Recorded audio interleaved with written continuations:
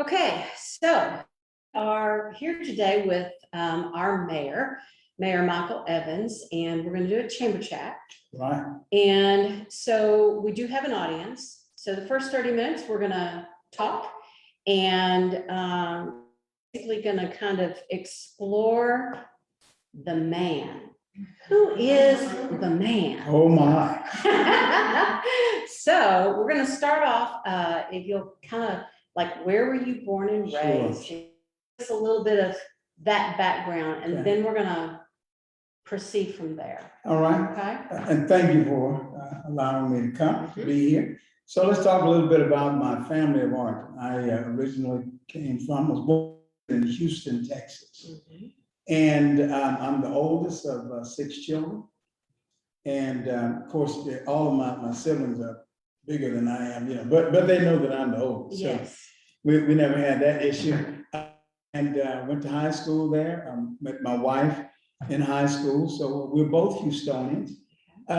Came to this area for college at UT Arlington and just loved it. Now, my grandmother, maternal grandmother, lived rather in Fort Worth. So we would come here every summer. We'd come to Fort Worth every summer. And so I grew up in 2 places, whether it's Southside Fort Worth and Houston. I mean, there it was. And the UTA was just a whole new world for me, and just absolutely fell in love with UTA. I tell you, I was in the Corps, the Army ROTC there.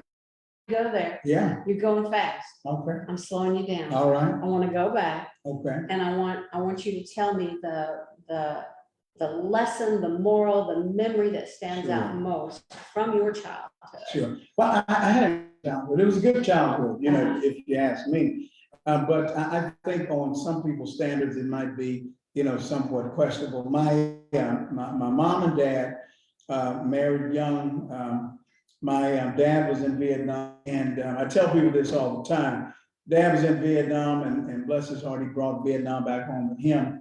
There was no diagnosis for PTSD then. And of course, the way that veterans were treated back in the 60s, 70s, all the way up to the mid 70s was very bad. And I'm so glad that we learned our lesson, I believe, as a country, as not to treat veterans that way. But when Dad brought all that home, I mean, you could be on Monday and back home, on the streets, really back wherever you came from, on Friday. I mean, no debriefing, no anything.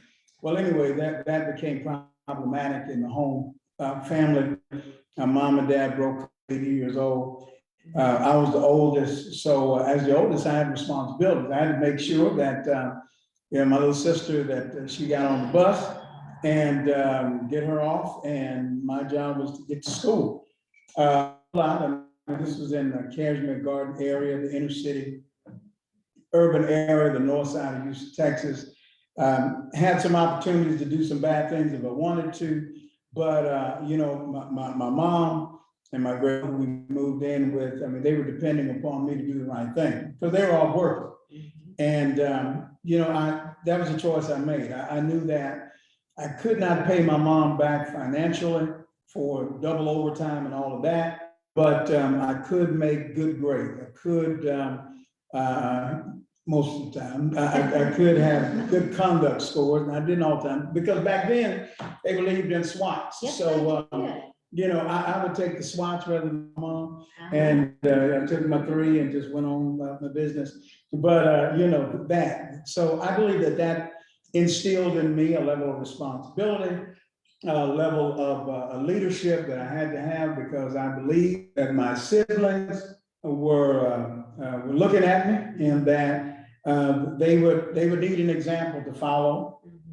Now, I'm bringing you good news. I mean, so I'm not playing a violin. My dad turned out okay. Ended up getting his doctorate degree in education and became a principal and area superintendent. Matter of fact, that's how I met Chuck Cunningham, who lives here now, because he hired my dad in Houston Independent School District ago. And, we had that mom, hardworking woman. So, as it concerns serving, working, having a work ethic, I drive people crazy because I'm a type A, Mhm, but a type A with an optimistic side. mhm. Because, I mean, you can feel sorry for yourself, oh, woe is me, I came from this. But no, I think, hope has always been just part of my calculus. But yeah, I started off with that, 8 years old, leadership is important. I took it very seriously, even as a kid. And choices that I made, I wanted to make choices for good. Mhm. And they definitely, my mom smiles and happy day. So did you know what path you were gonna go on? Did you know that you were going to end up where you are? Or did you God, no. have, what was your vision at that? I wanted to be a civil rights attorney. Okay. Definitely want to do that. As you can tell, I have the gift of gab. Yes, you I can talk. I know you can. But I wanted to do that because I wanted to make sure that everybody had a fair shake at life. Yeah, I am the guy. I drink the USA all the way Kool-Aid. That's why I joined the Navy. Okay. And out of seminary. So I believe in that, and I believe that people fought for those freedoms, and I just wanted to be the guy to make sure that everyone had access. Mhm. Because in my mind, if you got access, it's on you. That's right. It's on you to make something happen with what you give it. I don't care what hand you're dealt. I in the U.S. That people can make a way for themselves. I believe in a hand up as opposed to a hand out. Yeah. And I've attempted to live that life. But Lori, you just kind of get that fixed in your mind. And I did pretty good at UTA. My undergrad is in poli-sci. But I was called to a ministry and didn't think I'd ever have the political science stuff anymore. Dr. Alan Sachs is a hero of mine. I love the way that he broke down constitutional law and all of that, and been in love with it ever since. Public service is a itch that the Bethlehem Church, that Lisa Evans and the Bethlehem Church allowed me to scratch 15 years ago when I ran for the school board, 16 years ago when I ran for the school board. And again, it's all service to me. So when you're serving at the local church, you're taking care of folks. I don't believe that a church should be planted in a given area and not serve the folks in that area. So you take the church and you draw out the circle, the church is the epicenter, so you got a 1 mile radius, 5 mile radius, 10 mile radius, and you go to work there. And that is what just really knitted me to the Mansfield community, because as a kid, 22, when I got here, became the pastor at 24 years old, we really grew up here as adults. So that's how I kind of ended up in this space, to be honest with you. It's been some good stuff. What's been the most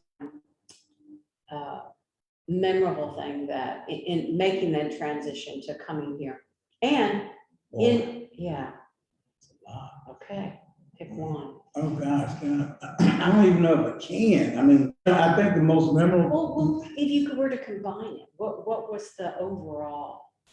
Well, just being able to kind of build roots here, plant, you plow here and go to work here. And for me, it's been education, all about education. I think that education is a great equalizer. So the most memorable thing was 1991, meeting the superintendent. At the time, it was here in the ISD, saying to them, listen, we're going to start a remediation program for kids who are failing the TOS test. It was a TOS test. Failing the TOS test. So we drive through the community in the church van, back in the day you could do that, and pick kids up, and we rented a wing of Irma Ash for $1, and those teachers during the summertime, they volunteered, and we had some 200-300 kids that we would teach reading, writing, arithmetic, and that was it. So here I am, this 24-year-old, 25-year-old kid. Of course, I wouldn't call myself that then, but at 54, 55, I can, But here we are. got this school going, and that eventually led to jobs under the Clinton and Bush administration. We received funding for that, and we were helping kids to get employed. And so it, that's the most memorable thing. I think lit the fire and started it, and we've been attempting to do that ever since. What do you think your purpose is here in life? Oh gosh, my purpose is to help people to become the best that they can be.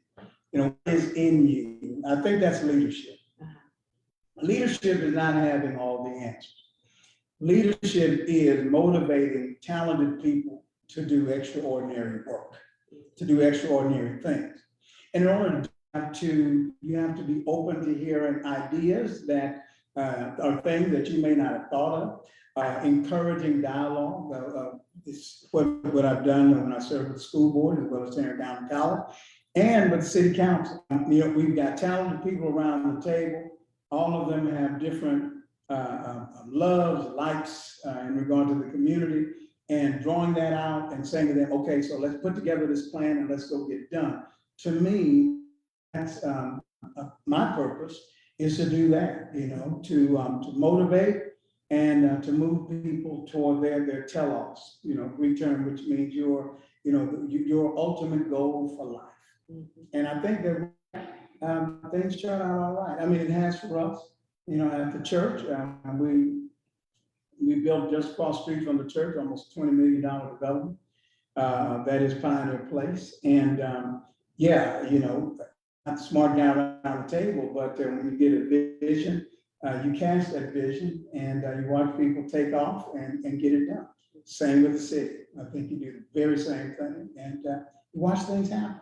So speaking of the city, so you've been in this role now almost a year, right? Right. What's been the surprising thing and the not so surprising? Well, you know what? I think the surprising thing has been the speed at which can get accomplished. You really can. I think that when you have a motivated team of people, like I get to work with, and you just say a name from council person, all of them bring a vigor, a fire, a passion for the city that is outstanding.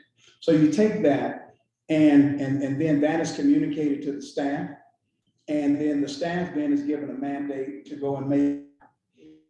And just watching the speed in which things work. Of course, I'm used to the church bureaucracy. The church bureaucracy, and I'm at a 151-year-old church, served as president of our nation, of 3.5 million people. Things don't move fast, because you have committee appointments, especially if you're Southern Baptist. They just kind of move slow, and I had to learn that, and I am not a patient guy. That is not a part of my makeup. I'm just terrible at it, and I pray about it every day because I'm bad at it. But you have individuals on the city staff when complaints or things come in, you're able to answer those emails, and you to a person who has expertise in that area, and they go and do the very best they can to make it happen for the investors here in our city, and the investors are taxpayers. So I've enjoyed that. Now, there are some big teams that take time, in regard to development. But what's been good with that is, I think that if you have continuity with the group that preceded you, and that's what I love about us here in Mansfield.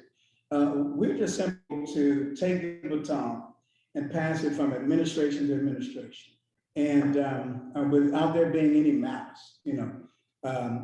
Said group did this. Okay, they walked us up to this point. Now what is our? Well, we're to take that, whatever it is we were given, now let's walk it up ourselves. There are 4 ways to get to Houston, all right? Bottom line is, our goal is to get to that destination. So if I take Highway 6, I'm still there. If I take 45, I'm still on my way there. But can you agree upon the target? Once you agree upon the target, and that becomes a part of the city's philosophy, and the philosophy of people sitting on the council, and then it becomes the philosophy of the people on staff, we can get there. And, that's been great. So I think you've got that, things move fast. One of the other things that, not surprising, you have your skeptics, I mean, such is life. Play the violin, oh, poor me. There are times when people swear we're getting paid. I get myself and my fellow council members, they'll laugh about it because it's true. You get a person sending you an email saying, since I'm your boss, and I know you get paid this, as a matter of fact, about a month ago, we had a person doing an Open Records Act because they want to know how much were and what our medical benefits are. And so I sit here today with a catch in my back saying, none. We don't get it, the only pay we get is watching things happen, and we get to smile about it. And when you see that the folks that we serve, they give you a nod, that's a high five, and you keep on moving. So that's where that is, and Okay. it's all right. So what do you see in the future for you? For me, Mhm. well, as it concerns politically, I've hit my ceiling.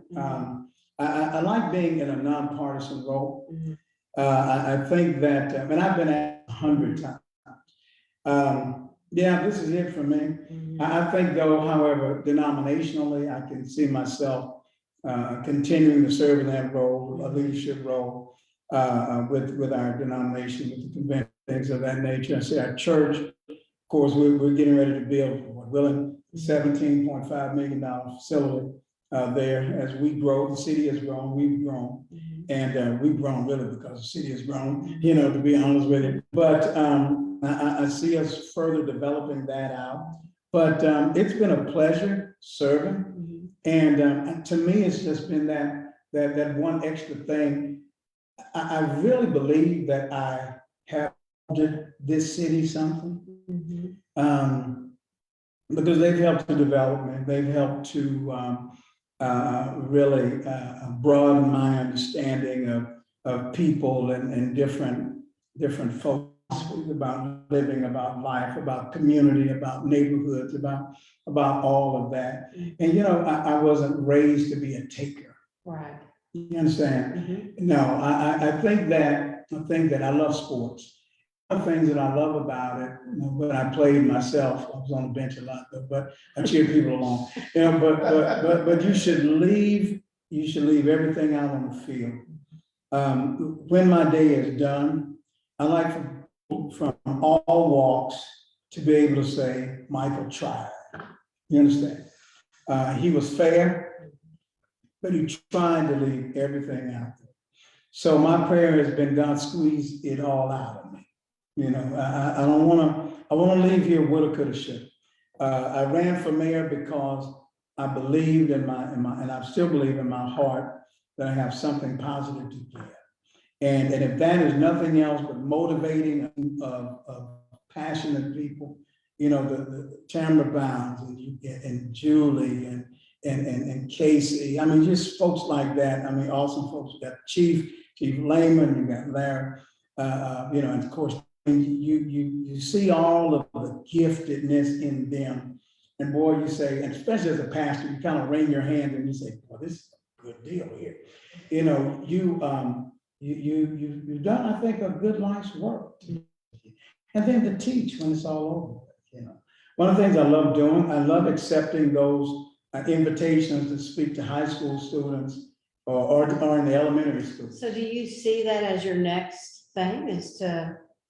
I've been an adjunct professor at the Dallas Baptist University, and I love it. I think it is. I think once you come off the field of play, that you owe the generations behind you of that wisdom that you gained, and then you try to share with them the knowledge that you have and say, wait a minute, stop, don't go down that road, try this one. And well, how can you tell me that? Well, because I've been there, done that. Wow. You see, I was an attentive student, but I knew that the professor was a practitioner. I mean, for all the theory people, No, I agree with but you. I listened because I That's needed right. my grade, but for an individual who had lived it and done it, Walked it. man, I'm on the front row leaning in, taking notes, because to me, so yeah, that would be next for me. But in regard to political office, Mhm. this is it. Yeah. Yeah, I'll let the left and the right do what they do. And I'll just kind of run right through the middle and kind of teasing folks, because they try to figure it out. I said, so you're pro-life? I said, yeah, I am. Mhm. Well, okay, but what about, I said, yeah, no, I don't like that. So, well, what about that? Yeah, I like that. You know, so. But don't you think that we're all kind of like that? I think that's where we We're a are. I blend. think we were there as a country. Yeah. You know, I really do. Mhm. And I really don't think that, I mean, you know, and it's some of the stuff that we try to, from infiltrating city politics, you know, and that's hard to do nowadays. Right, it is. Because we're so polarized. Yes. You know, I'm an independent, you know. Mhm. I like to get to know folks. I had a meeting today with some nice people. I mean, they're residents. And they had a different opinion than I have on the penny swap. Mhm. I support 100%. One is I'm a homer, you know, and if the school board believes it's good, I'm with them because I've been there, been in those chairs. And this person wasn't, you know, they had other, but when we sat down and talked, I didn't hear mine, maybe it changed mine, but when we sat down and talked, we discovered we had so much in common. And I think that, now I appreciate these chats, I think that if folks would sit down, Mhm. talk to the guy or the lady, that it's hard to hate people, you know. Right. I honestly believe that. Mhm. Honestly believe. Now, sometimes my tolerance is really, if I think you're out to get me. Mhm. I know, I'm not Jesus, I'm Peter. I'm Peter. Yeah, no, I'm not Jesus. I want to be like him, you know. Yeah, I don't want to be crucified, you know. But it's a part of just kind of what you do, Mhm. you know. And you still have to look out for yourself. But service is service. Mhm. You serve everybody. And we move on with life. So, Before we're getting ready to cut Facebook off, but what would be your number one piece of advice that you would give anybody? follow your heart. Okay. You be who you are. If you have to put on a false face, Mhm. one day you're going to leave it at home, That's right. and people will see who you really are. So if you go ahead and project who you're comfortable with, well, one is you have to be comfortable in your own skin. Once you get there, be who you are. You don't have to pander to anybody. People know that that's that guy. Okay. And, you know, yeah, we either like him or not, and that's fine too. But if you follow your heart, you do what you love, and that's hard for people, you know, because everybody don't get that opportunity. I am blessed to do what I love.